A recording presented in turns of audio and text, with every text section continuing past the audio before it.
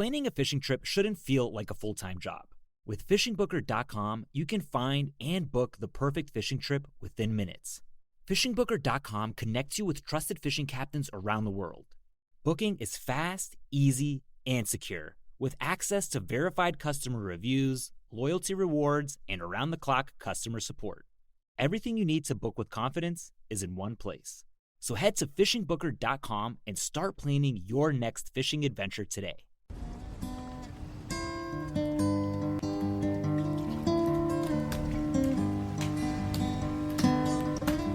Long before there were resorts, before sugar plantations, before anyone said poke bowl on the mainland, there were canoes, double-hulled voyaging canoes crossing thousands of miles of open ocean.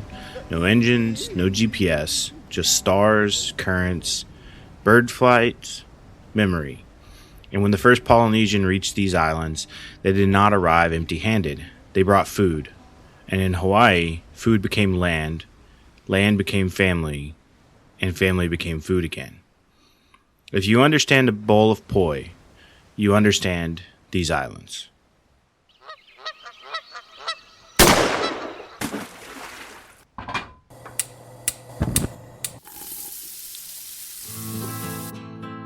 Join Justin Townsend and the Harvesting Nature crew as they explore the world of cooking wild fish and game while sharing recipes, tips, tricks, and lessons learned from their pursuit of wild food. We sure hope you ate before the show, 'cause you're gonna leave hungry. This is the Wild Fish and Game Podcast. All right, welcome to the Wild American Foodscapes series. I'm Justin Townsend. And I'm Adam Berkelmans. In this series, we ask, how has food shaped this place, and how has this place shaped food? Today, we're talking Hawaii. Not the postcard version, the real one. Because when most people think about Hawaiian food, they think poke, pineapple, Spam, maybe locomoco. But underneath that is something far older and something almost genealogical. Hawaii was shaped by food into one of the most integrated self-sustaining ecosystems on Earth. And over time, that same land would reshape its food into something layered, disrupted, and resilient.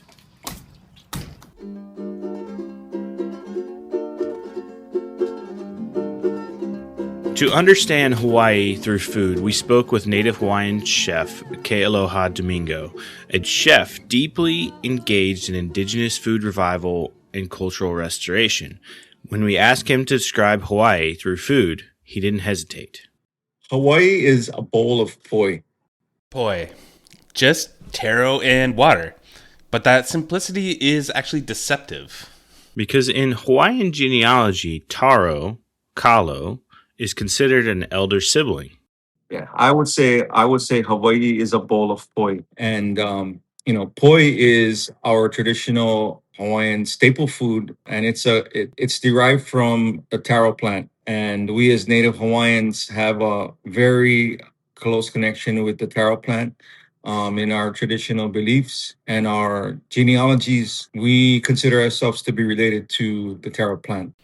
If the crop is family, then agriculture becomes stewardship. You don't necessarily exploit it anymore, you protect it. And growing taro isn't simple farming. A whole web of different facets, a whole web of things that are necessary for us to put food on the table in a traditional sense. In order for me to get taro on a regular basis, I need to know about the lunar cycles. I need to know about astrology. I need to know about soil science. I need to know about environmental, cultural resource management. The taro farmer needs to know all of these things: water management, water science, water technology, where our water comes from, the health of our aquifer, the health of our streams, the health of our indigenous plants and animals. All of those things directly relate to us being able to put food on our tables from the traditional sense. Lunar cycles, water systems, aquifer health, soil science. That's all ecological engineering.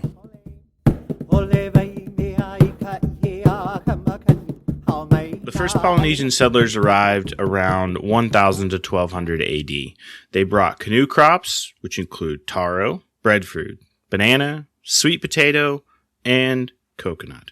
They also brought pigs, chickens, and dogs. They built Taro terraces, they built fish ponds, they divided land into ahu pu'aha, which means from mountain peak to reef. And it's a land system that's highly complicated to ensure that everyone has the adequate resources that they need. And this shows that the Hawaii we know of today wasn't really discovered as is, it was constructed. In that construction is one of the most sophisticated island food systems on Earth, which is very impressive. We spoke with Lei Wann. Hi, my name is Lei Wann. I am a lineal descendant from the Valley of Limahuli in Ha'ena, Kauai. I am a steward of this valley. My ancestors have been here stewarding and taking care of this valley for over 500 years. I am also the director of Limahuli Garden and Preserve, which stewards the majority of ancestral lands or ahupua'a that my family comes from. That's 5 centuries with the same terraces in the same water. She told us they're still cultivating taro varieties that arrived on voyaging canoes. A little bit of a step further to what we do in terms of taro farming is we actually also malama or take care of the original cultivars, so the exact genetic strains that came with our ancestors 2,000 years ago on their canoes. We take care of those original varieties, so we have about 76 of the 84 remaining varieties. And that's not necessarily heritage farming anymore like we know it here. That's living genetic history that we can see just splayed out over time. When Polynesians arrived, there were no deer, there were no sheep, there were no cattle, only birds, bats, and what they carried. The Polynesian pig was a managed protein, integrated carefully into a closed ecosystem. And on an island, every introduction changes everything. In 1793, Captain George Vancouver gifted cattle to King Kamehameha I, and they multiplied quickly. Without predators, ungulates reshaped landscapes really fast, stripping vegetation, compacting soil, stressing native plants, which all evolved without that grazing pressure. And not only cattle, but there was axis deer, mouflon, goats. Hawaii really became a case study in introduced abundance. I've hunted mouflon sheep on Lanai. Picture a volcanic slope at first light, red dirt underfoot, dry kaive scraping against boots. The Pacific, seen for miles around you. And you're hunting a sheep species that evolved in Corsica. That's the paradox. Introduced animals layered over ancient ecosystems. Hunting here isn't nostalgia, as you might think. While pretty and beautiful, it's challenging, but it's also management. It's a protein in a place that imports nearly everything else. Lei reminded us of something powerful. The way in which we communicate nowadays and talk about the action of foraging or gathering in the, whether it be in the forest or in the sea, and the way in which we share that information is so different from historical and traditional knowledge. And when we grew up, we were always told not to disclose where we went and not even disclose what we were doing. So things like, we always said holo holo, like to wander, to go, to dilly-dally about, like you're just going on a cruise kind of. And it meant you were going holo holo, you were going probably fishing, or you were going hunting in the mountain, or you were going to go gather things to make lei or whatever, but you never disclosed what you were doing. You hid the action and the thought. The kupuna, the elders would say, the fish have ears, or the forest can hear you. And the thought is that if the fish heard you, they wouldn't come. And it's sort of also reflecting on like your own personal humility, like saying fishing is assuming you're going to come home with fish. It's not announcing the hunt. It's not assuming success. It's conservation embedded in its own language. Feral pigs today are another problem on Hawaii. They're larger, hybridized, and more destructive than the Polynesian pigs, and yet they're part of family roast, emu gatherings, and even food security.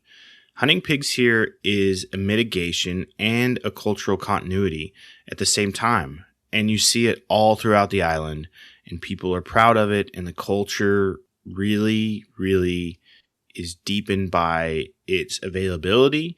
And when those resources are challenged or those resources are looked at as not a food source and more of a pest problem, people take up arms, and it gets a little dicey when you start to think about removing hunting from the landscape, which you see in a lot of other places. But in Hawaii, it's still really, really embedded in the culture, and those that need it really depend on it. The Aupuaha system ran from mountain to the sea. The healthy forest fed healthy streams fed estuaries, those healthy estuaries fed reefs, and this is all nutrient cycling before the word even existed. Everything was connected, everything fed into each other. Loko ia, fish ponds, allow juvenile fish to enter, grow, and be harvested sustainably. Aquaculture centuries before hatcheries. To understand how traditional foods evolved through plantation culture and into modern Hawaii, we spoke with food writer and historian Audrey Wilson, who grew up in the islands and has spent years documenting how local food tells the story of migration and change. Poke wasn't a trend, it was practicality. It is. I don't know the origins of poke, but I'm trying to think. For us, when we make poke, it's because we can't cut sashimi out of it. Sashimi is the really pretty, but there's certain parts of it you can't cut. So it started off, I think it probably started off with using the end pieces and whatever you couldn't make in that pretty plate of sashimi, you cut it up and chopped it up for poke. It became a popular dish, and it is. So let's say you're a fisherman and you catch a really big ahi. That ahi you can sell to make beautiful, and people will buy to make sashimi, and you get premium price, especially at New Year's and stuff. But if you cut smaller ones, you really cannot cut the sashimi. So the smaller ones, you would chop it up. I'm trying to think what poke meant. I think it meant cutting or something like that. So you cut it up into cubes. And like so many wild traditions, waste became tradition. The leftovers become incorporated into a true cuisine. Another tradition that spanned time is limu. Limu once sat on nearly every table. You'll still see limu in the poke cases throughout grocery stores across Hawaii. But Lei described it as its delicate seasonal balance.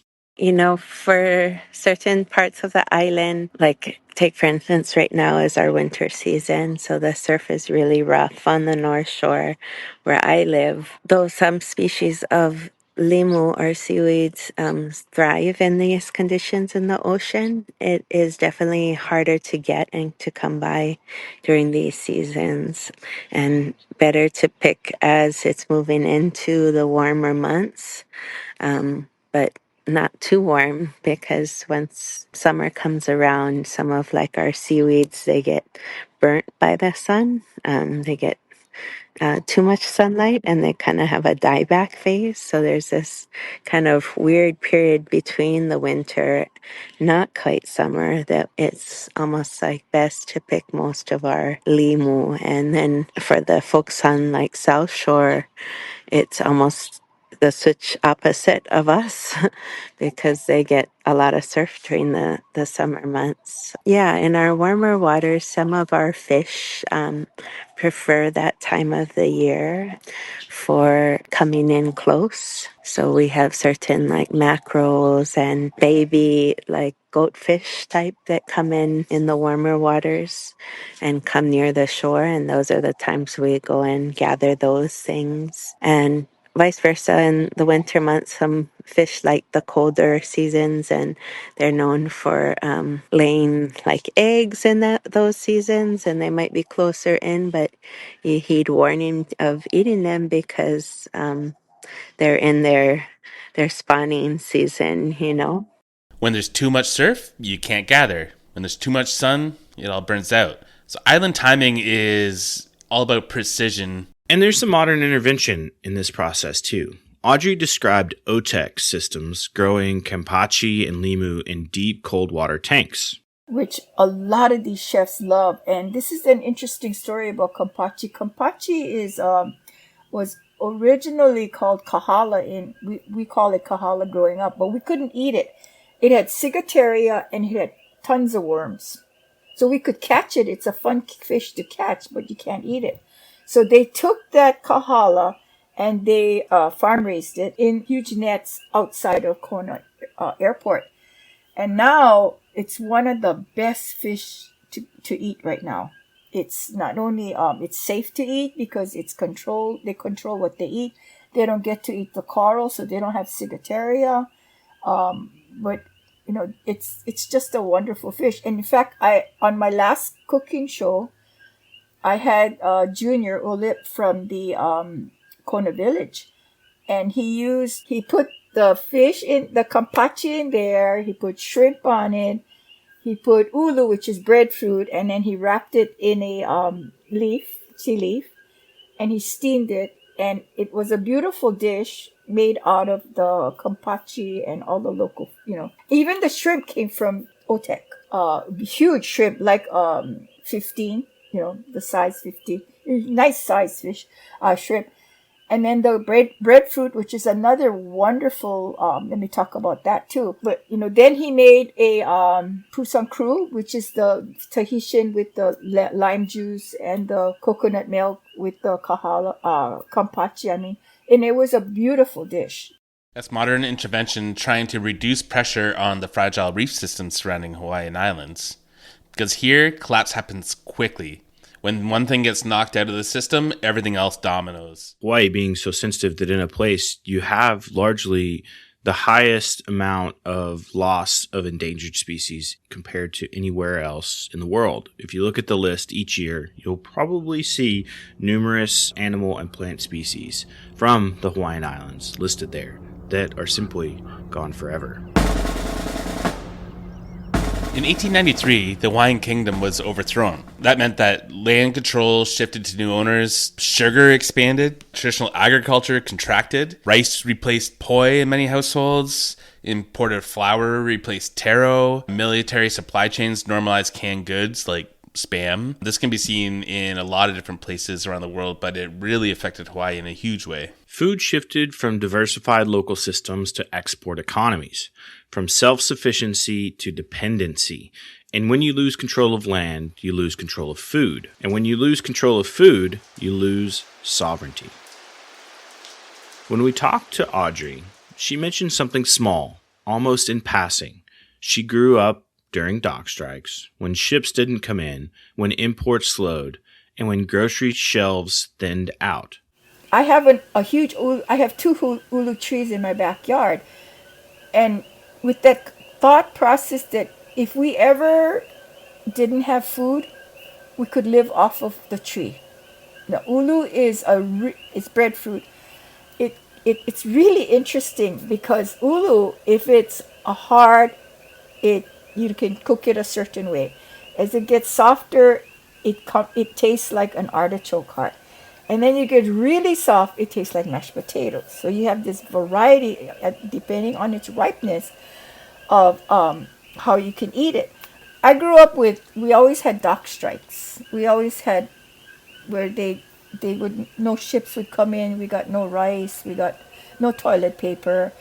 And so I always felt that having a tree in the backyard with breadfruit will give you that carbohydrate, that substance that you need, and you really don't have to. So what if there's a dock strike anymore now? We have the fruits, we have the breadfruit, kind of thing. That's why we have 2 trees in the back, just in case. But there hasn't been a dock strike lately. but we grew up like that. Breadfruit, also known as ulu, planted generations earlier, still there, still producing, and still feeding.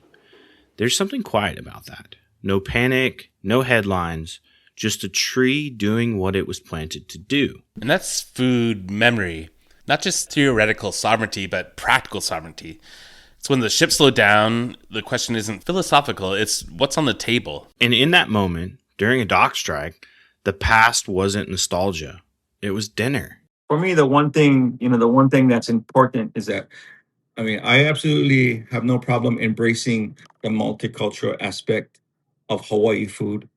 I really hope that people will take a deeper look and learn about Hawaiian food versus Hawaii food. Not to say one is better than the other, but Hawaiian food, I believe, is something that will truly connect you to the land. It'll connect you to Hawaii as the place, the traditional place. Again, we take all of the good things with the bad, but getting people to understand that we're not the pineapple island anymore. We're not maybe we still are the spam capital of the world, but chicken long rice is not a traditional Hawaiian dish.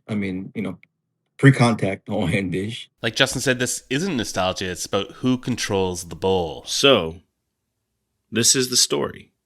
Food once engineered balance in these islands, and when control of the land shifted, the food shifted too. Foraging here never became a trend. Lei grew up gathering limu, fish, taro, and wild pig. We grew up foraging, if you will, or just living life and gathering from the land as island people in the middle of the Pacific. I think it's pretty common for people to be dependent on our resources and to utilize our resources as food sources. I was fortunate to be raised with traditional foods around me, where it was pretty common to be gathering things like limu or fish, or creating foods from the land, such as taro or wild pig and things like that. Limu is mineral rich, historically abundant, now sometimes scarce. Development creeps closer to the shore, while invasive algae spreads, overharvest thins what was once endless, and you see the food culture shifting because of this. Another interesting species you find in the Hawaii Islands is mamaki. Mamaki is a native nettle brewed into tea, and it evolved without grazing pressure. So when we talk about nettles in North America, we think about a plant that's highly defensive. But here, there were no hooves, and there's no reason to defend itself. It didn't have thorns, and it's easily harvested and consumed. And it shows that the island's fragility is written into the plant itself. And when you introduce things like cattle or deer or an abundance of people, those ecosystems start to change drastically. And even the plants and animals are mostly affected. Lei also talked to us about something modern: location tagging, bragging, posting harvests in real time. And I worry because now kids boast and they show where they went to go hunt. They boast how big their pig was, or how big the fish was. And though I get it, and I'm not here to say whether it's right or wrong. It's not my place. But there is a traditional element that we're lacking, that was in the disguise and the humility, and the practice. Yeah. And I worry for that. I also worry that, sometimes places are over harvested, over fished. Some of our precious seaweeds. I've had people call me and be like, "Can you show me where this is? I need 20 pounds of it," or so, and it's like, wow, I don't even collect that much when I go. What makes you think I can show you where that is and just give you all of that? And at no point did I hear, oh, you're going to help take care of the area, or because when we gather seaweed, it's sort of like gardening or farming a garden. if you will. And we take care of the place and put back and know how to restore and care for an area. When knowledge moves faster than restraint, pressure follows. We can see this happening all over North America, but in a sensitive ecosystem, the changes can be seen much faster. And Lei also mentioned something that felt like the center of all of this. Well, I fortunately get to work a lot in plants and conservation and work a lot in biocultural conservation and the preservation of things like this. And one of the things I think is really unique about the work we do is the engagement we actually get to have with species and with plants and with traditions. And I realize that's such a unique possibility, I guess, in the conservation and sometimes botanical world. But plants or these traditions are only as good as we make them. So many times I hear people talk about things like, Hawaiians used to use the kukui for this, and I get really offended because I still use it as that, and I'm not dead. We're still alive, and I think if people hold knowledge on foraging, the best thing you can do is continue to practice, because that's what keeps those plants alive. That's what keeps the knowledge alive. That's what keeps connections between species alive. Otherwise, we're just talking about what is in a book or what we heard. But to taste, to try, to learn and be a part of that, you become part of that like legacy and that history of that plant by tasting it. That's our strongest memory is taste. So if you have that opportunity or you have that knowledge of foraging for certain things, keep it alive, because yeah, it's so important. Taste keeps knowledge alive, practice keeps species alive. And we see language revival in Hawaii. We see voyaging revival in Hawaii. We see chef collectives reconnecting indigenous knowledge. In my lifetime, I've been really fortunate to witness somewhat of a cultural resurgence. I do consider myself a young man. The truth be told, I'm 54, but I do recall 25 years ago when people were barely speaking the native Hawaiian language, and people were just not really in tune to the culture. But because of a resurgence in culture, because of a resurgence in traditional voyaging, because of a resurgence in being Hawaiian, there's been many people who have gone back to our traditional foods.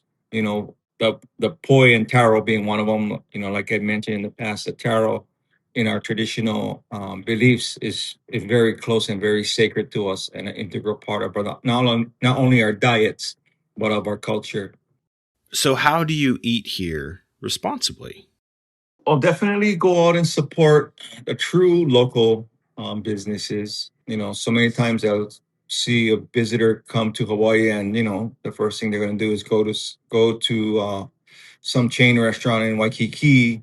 And yeah, maybe it might support the local economy in one way, where there's a couple of or there are local workers there. But try and look for the Hawaiian owned, the locally owned restaurants. Go to the mom and pop places. Go to the ones that are multi-generational.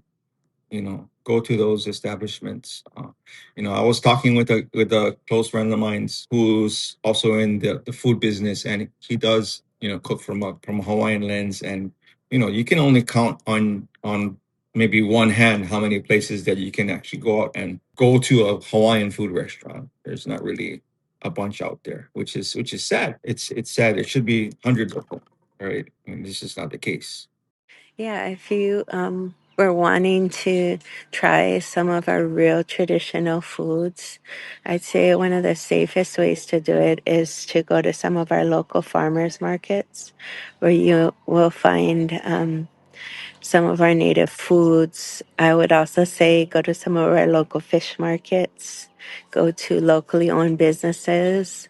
Oftentimes, the locals can really tell you about the food you're eating and where it comes from and the traditional aspects of it. Not to say other businesses couldn't, but if you're really looking for that kind of knowledge, if you see a coconuts for sale on the side of the road and you see a local family selling them, I would suggest that that's probably a good place to go talk to someone and find out about coconuts, find out what they're used for and how to eat them properly, where to get them properly beyond the vendor themselves. But yeah, those are really kind of the best places to find those specialty foods, or those unique opportunities. 1,000 years ago, Polynesian navigators built one of the most sophisticated island food systems on Earth. It fed everyone without imports. And today, Hawaii imports nearly 90% of its food. Ships arrive daily, and if they stop, the bowl empties. And that's the real tension in all this. Hawaii once fed itself from mountain all the way to reef. Now it depends on the same ocean for survival, but in a different way. And yet, the terraces are still flowing, the limu still grows, the pigs are still hunted, and the fish still run. The knowledge isn't gone, it's practiced, it's protected, and it's definitely being revived. Hawaii is engineered resilience. It's ancient systems and modern pressures overlapping in real time. It's a bowl of poi. Food shaped Hawaii into a place of deliberate balance. And Hawaii, through isolation, colonization, and revival, shaped its food into a living record of resilience. And here's the big question that has many people scratching their heads. If the ship stopped tomorrow, who fills the bowl?